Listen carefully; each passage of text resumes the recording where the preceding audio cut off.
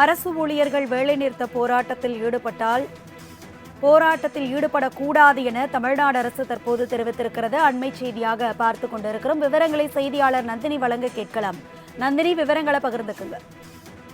வணக்கம். அரசு ஊழியர்கள் டோக்கன் ஸ்ட்ரைக் அறிவிப்பு வெளியிட்டிருக்கக்கூடிய நிலையில் பணிக்கு வராதவர்கள் மீது ஒழுங்கு நடவடிக்கை எடுக்கப்படுவதோடு சம்பளம் பிடித்தம் செய்யப்படும் என தமிழ்நாடு அரசின் தரப்பில் எச்சரிக்கை விடுக்கப்பட்டிருக்கிறது. அங்கீகரிக்கப்பட்ட மற்றும் அங்கீகரிக்கப்படாத சங்கங்கள் சில கோரிக்கைகளை வலியுறுத்தி நாளை ஒரு நாள் டோக்கன் ஸ்ட்ரைக் கடைபிடிக்க அறிவுறுத்தியிருக்கிறார்கள். அரசு போராட்டம் ஆர்ப்பாட்டத்தில் பங்கேற்க கூடாது எனவும் அனைத்து துறையின் அரசு ஊழியர்கள் விதிமீறல்களை மீறக்கூடாது எனவும் தமிழ்நாடு அரசின் தரப்பில் எச்சரிக்கை என்பது விடுக்கப்பட்டிருக்கிறது.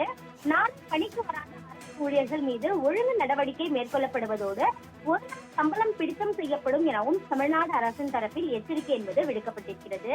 அதேபோன்று பகுதி நேர பணியாளர்கள், தினசரி ஊதியம் மற்றும் ஒருங்கிணைந்த ஊதியத்தில் பணியாற்றும் அரசு ஊழியர்கள் வேலைநிறுத்த போராட்டத்தில் பங்கேற்றால் பணியில் இருந்து விடுவிக்கப்படுவார்கள் எனவும், சாதாரண மருத்துவ விடுப்பு தவிர வேறு ஏதேனும் விடுப்புகள் வேலைநிறுத்த நாளில் ஏற்றுக்கொள்ளப்பட மாட்டாது எனவும் தமிழ்நாடு அரசின் தரப்பில் தெரிவிக்கப்பட்டிருக்கிறது.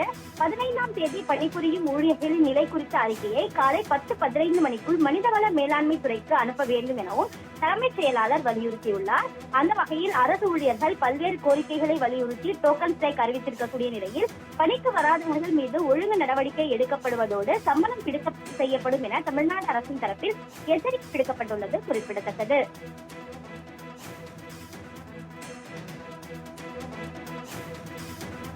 விவரங்களுக்கு நன்றி நந்தினி.